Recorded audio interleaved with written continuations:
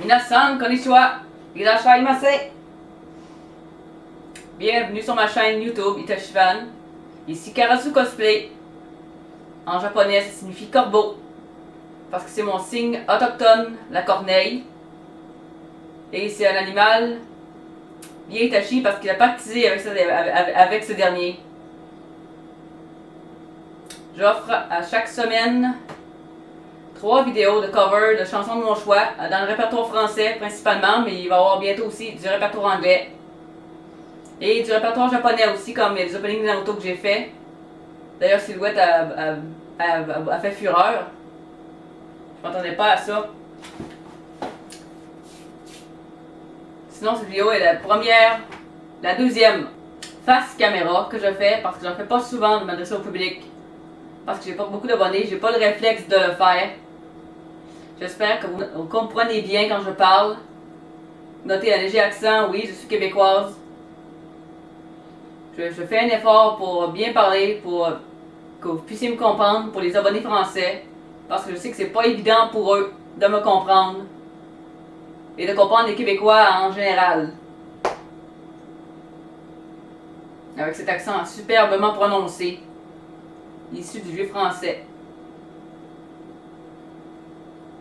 Si je fais cette vidéo, c'est pour parler de comment j'ai connu Naruto, de pourquoi j'aime Itachi, et expliquer un peu mes raisons qui me poussent à aimer Itachi.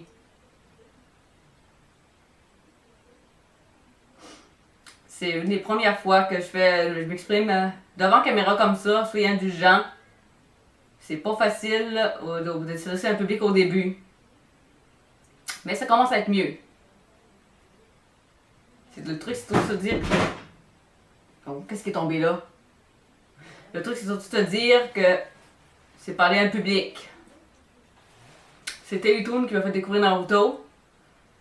J'ai été plusieurs années sans le regarder. J'avais vu 3-4 épisodes en 2005, je crois. Mais ça passait aléatoirement, fait que la série était pas...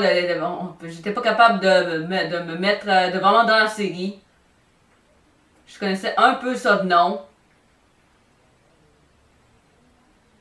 Et c'est vraiment en 2016, quand j'ai eu mon premier appartement, que j'ai décidé de me plonger dans Naruto. Sur un site de streaming, parce que les épisodes étaient tous sortis. La série, l'anime s'est terminé en 2014. À 3 épisodes par jour, en plus de l'école, j'ai décidé de m'imposer un marathon de 3 épisodes par jour, parfois jusqu'à minuit, pour aller plus loin possible dans la série. Surtout que plus ça allait, plus que j'ai aimé ça. Donc j'ai commencé en août 2016. En septembre, j'ai terminé la première série. J'étais rendue à Shippuden fin septembre, j'étais rendue à Shippuden. J'ai commencé. Il y avait des épisodes disponibles à Vidéotron, mais c'est pas là que je les ai vus. Puis après ça, fin octobre 2016, j'ai terminé Shippuden. Après ça, en janvier 2017, j'ai continué les épisodes hors série comme Sasuke Shinden. Ouais, Sasuke Shinden. Et l'épisode 500. La fin des épisodes 400 quelques. Avec Shikamaru en prison et tout le tralala. Fait que oui, j'ai pas mal tout vu là. Là, je suis rendue à Boruto. Ça m'a pris un moment à accrocher là-dessus. Parce que, au début, les épisodes étaient disponibles juste en sous-titré anglais, en English sub. Et moi, je suis tellement cancre en anglais que ça m'a assez découragé. Après 3 épisodes, j'étais plus capable de suivre. Parce que j'étais rendu à l'épisode 11, mais je comprenais quand même pas l'intrigue parce que je comprends pas assez de japonais pour le voir sans sous-titres. Puis en anglais, c'est encore pire. Fait que j'ai arrêté la série un an, je crois. Ouais, 1 an. Et après ça, en 2018, j'ai vu Boruto, le film, Boruto Movie. Après Your Name Kimi no Nawa, j'ai vu Naruto et la princesse des neiges. Ça fait pas longtemps que j'ai vu, ça fait peut-être 1 mois et demi à peu près là. Sinon, j'ai vu plusieurs films de Naruto Shippuden, je pense que j'en ai vu 2. C'est le 11e film. Blood Prison, je l'ai pas vu encore. J'ai du space en place pour rattraper tous les films Naruto. parce qu'il s'en est fait 11, je crois. J'ai vu The Last, mais j'ai pas aimé ben ça. J'ai pas beaucoup aimé ça parce que mon personnage préféré à ce moment-là était Sasuke et on l'a vu genre 2 secondes quand il a sauvé Kakashi. C'est un des personnages préférés de moi, puis j'étais déçu vu que c'était le personnage principal qui a pas apparu plus que ça à l'écran. Ça m'a laissé une petite note amère. Puis j'ai pas trop accroché sur l'intrigue non plus. Le fait que Hanabi s'est fait voler ses yeux par un Otsutsuki, encore eux. Naruto, ils sont réapparus. Déjà que j'avais pas digéré le fait que de l'apparition de Kaguya.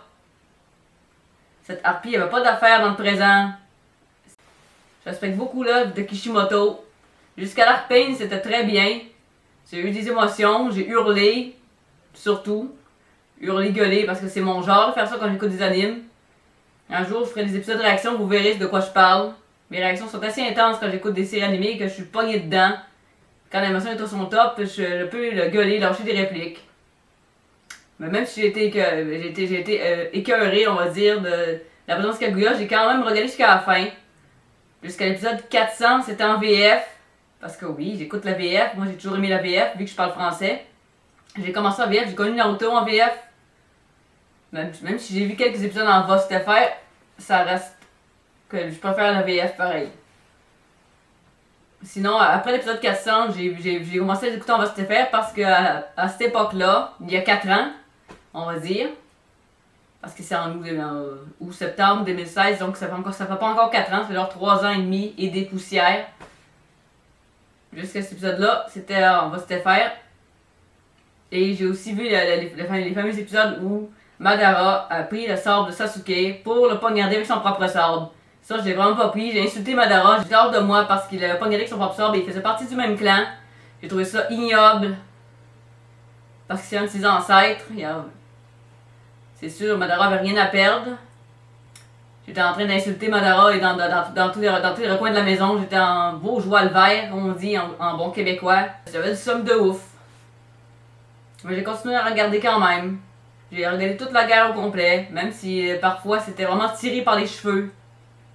Ouais, j'avoue, c'était vraiment bizarre comme saison. Puis après ça, il y a eu le couronnement du tout, il y a eu la mort de Neji, transpercée par un débris. Mais je vais essayer de pas trop en dire pour pas spoiler ceux qui l'ont pas vu, parce qu'il y en a qui peuvent regarder les vidéos puis qui n'ont pas vu l'anime au complet. Ceux qui ont vu le manga savent ce qui est arrivé à Itachi et tout ça.